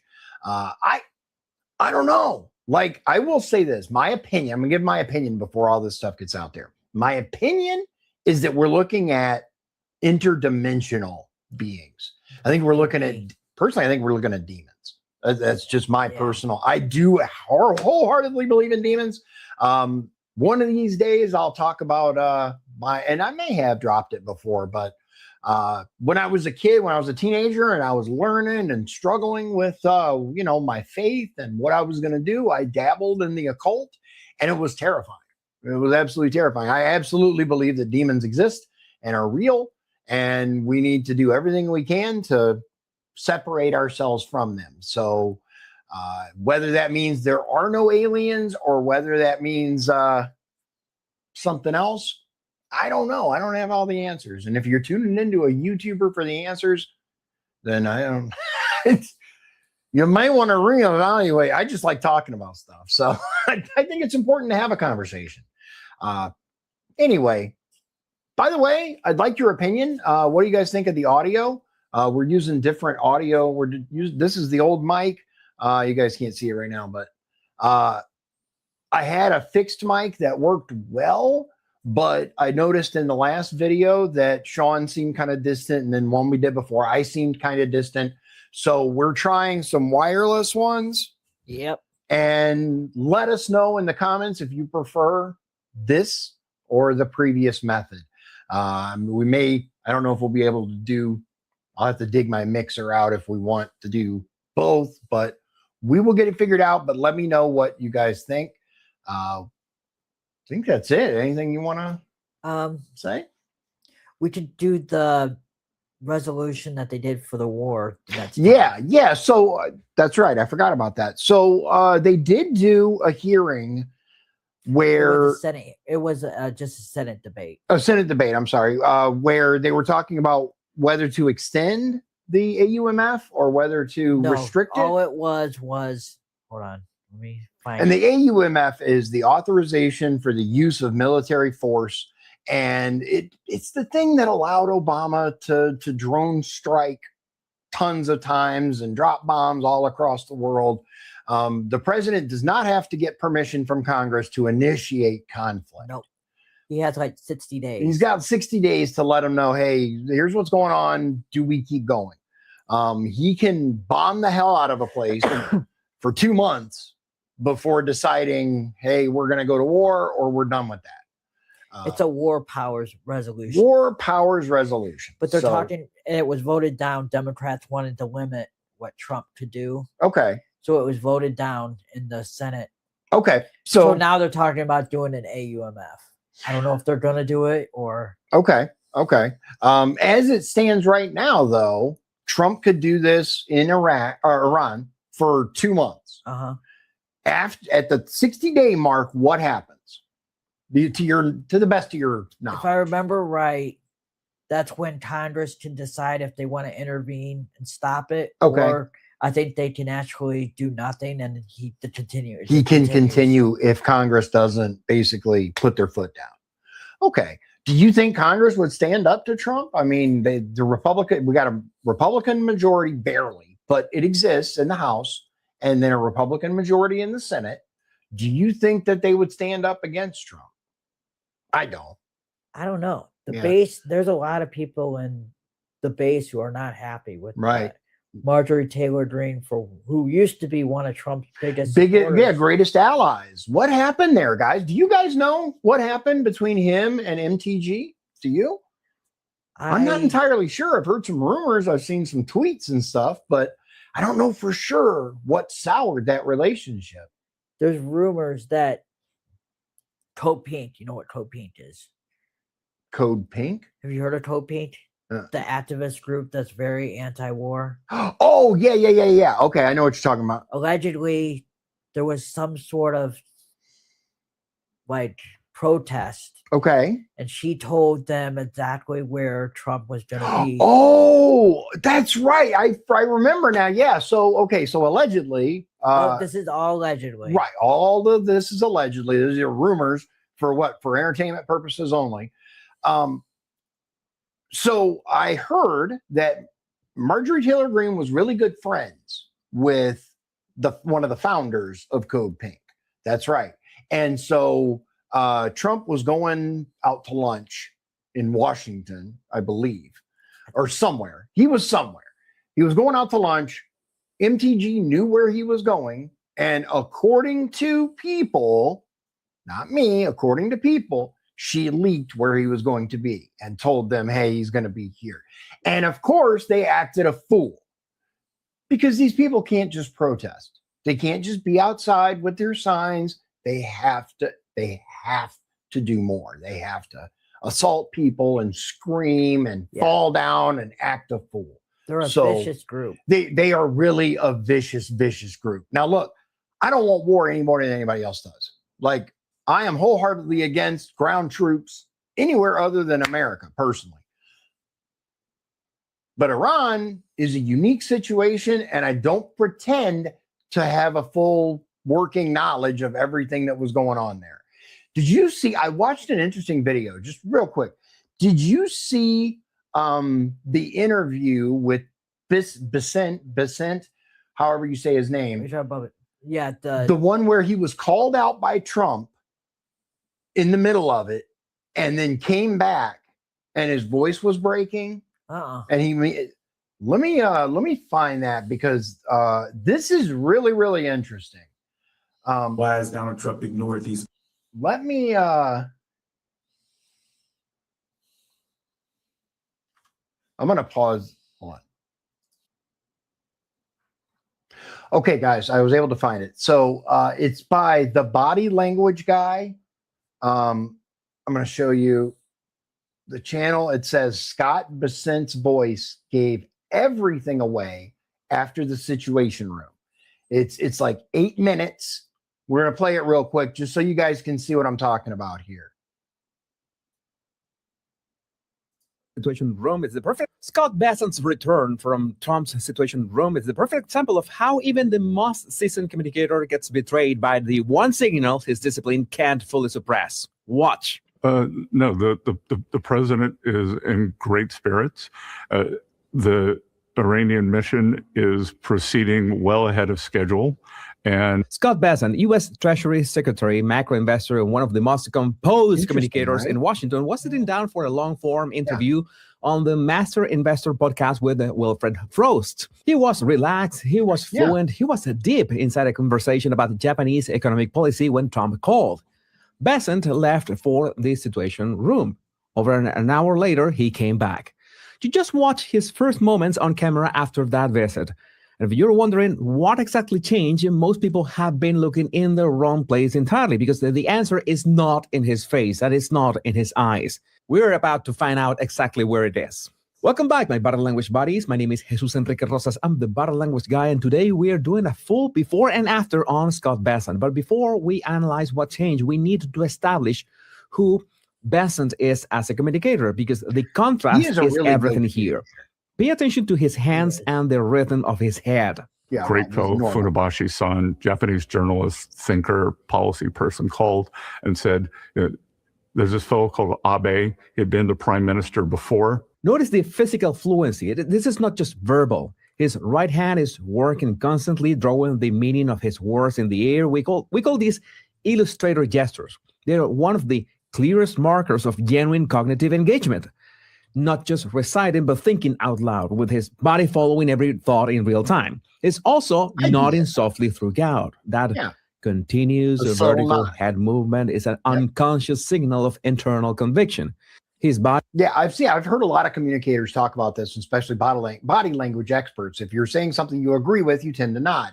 But if you're watching something like Hillary during her, there were a lot of statements where she's like, yes, or yeah.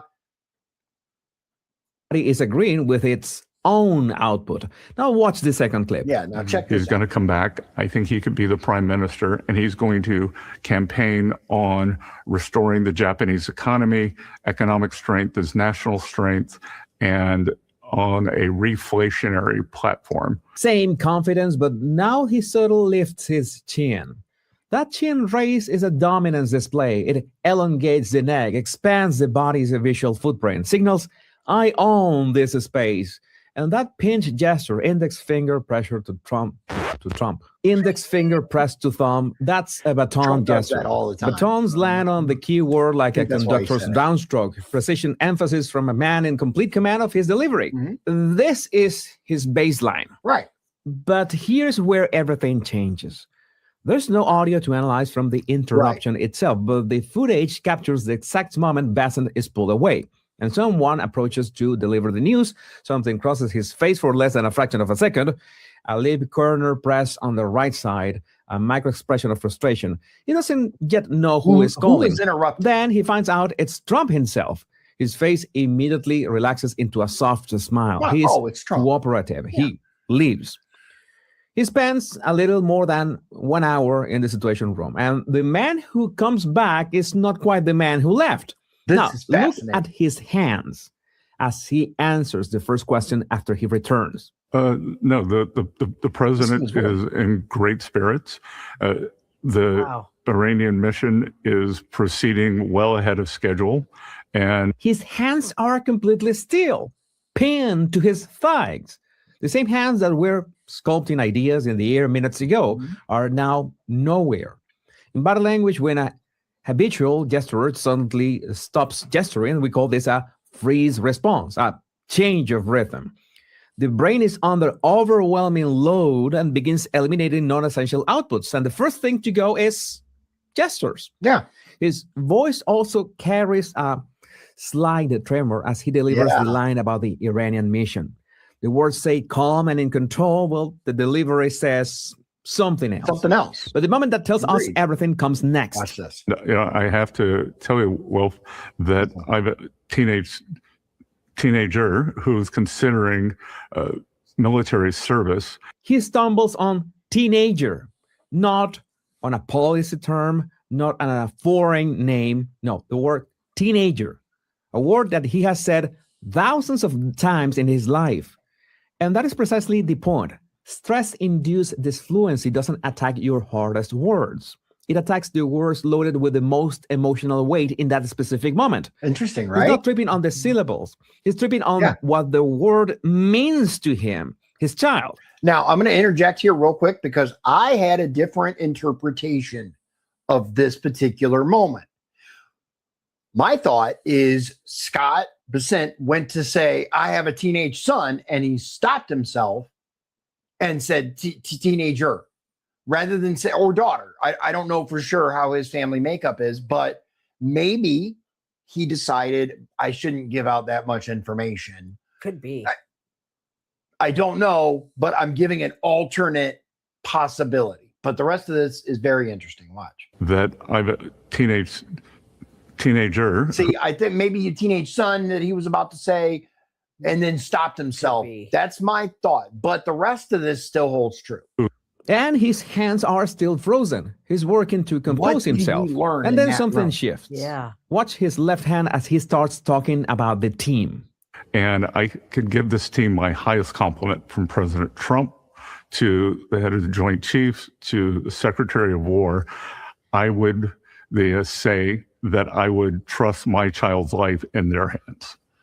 The illustrator gesture returns. First the left hand, then both hands rising together on I would trust my child's life in their hands.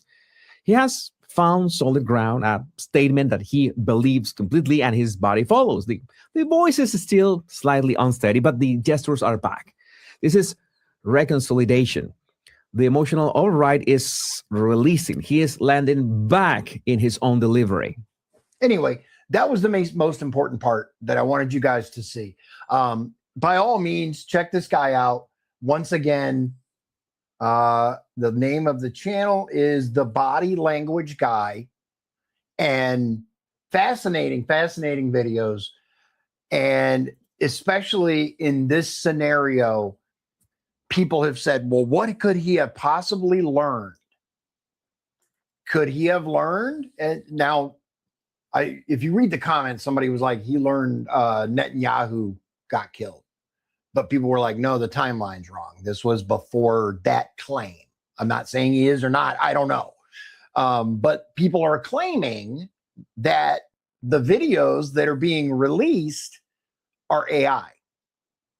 Have you seen these videos of Netanyahu that are making the rounds? They're very short clips showing him out and about and talking to people. I have not. Yeah, there's one in particular that shows him. The background is very blurry. For like, camera technology is good now, guys. Like, that part is suspicious, but also if you watch his left hand, he's got a wedding ring on his left hand, but when it extends, it disappears. People are like, AI. Really? That's AI. Yeah. We'll do another show if you're interested, and we'll dig into it, or maybe I'll tackle it. But yeah, by all means, guys, don't believe something just because a video tells you it happened. Do your research on stuff, look into it, make sure you get multiple independent verifications, because you can't believe anything anymore, man. No. Can't believe the news. CNN has been caught multiple times telling outright falsehoods, or at minimum staging things.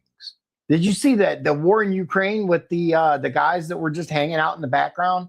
They're supposed to be in a deep war zone under fire, and these dudes are just like playing basketball or something. They're just like, what are you doing?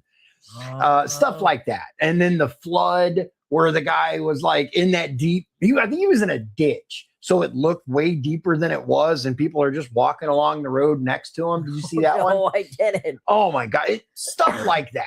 There's just a lot of absolutely crazy ridiculous. stuff. There's tons of crazy stuff out there. So that's it for today. I'd love to go on and on. You guys know I love to talk, but there's more important stuff that needs to be done. Without further ado, thanks for joining us, Shawn. We appreciate the time that you put in on doing these. And hopefully you said you're planning on doing the Senate argument for the military force, or not the AUMF, the War Powers Resolution. And hopefully we can look forward to that. And once they pull that correctional officer in front of Congress, I want to see that.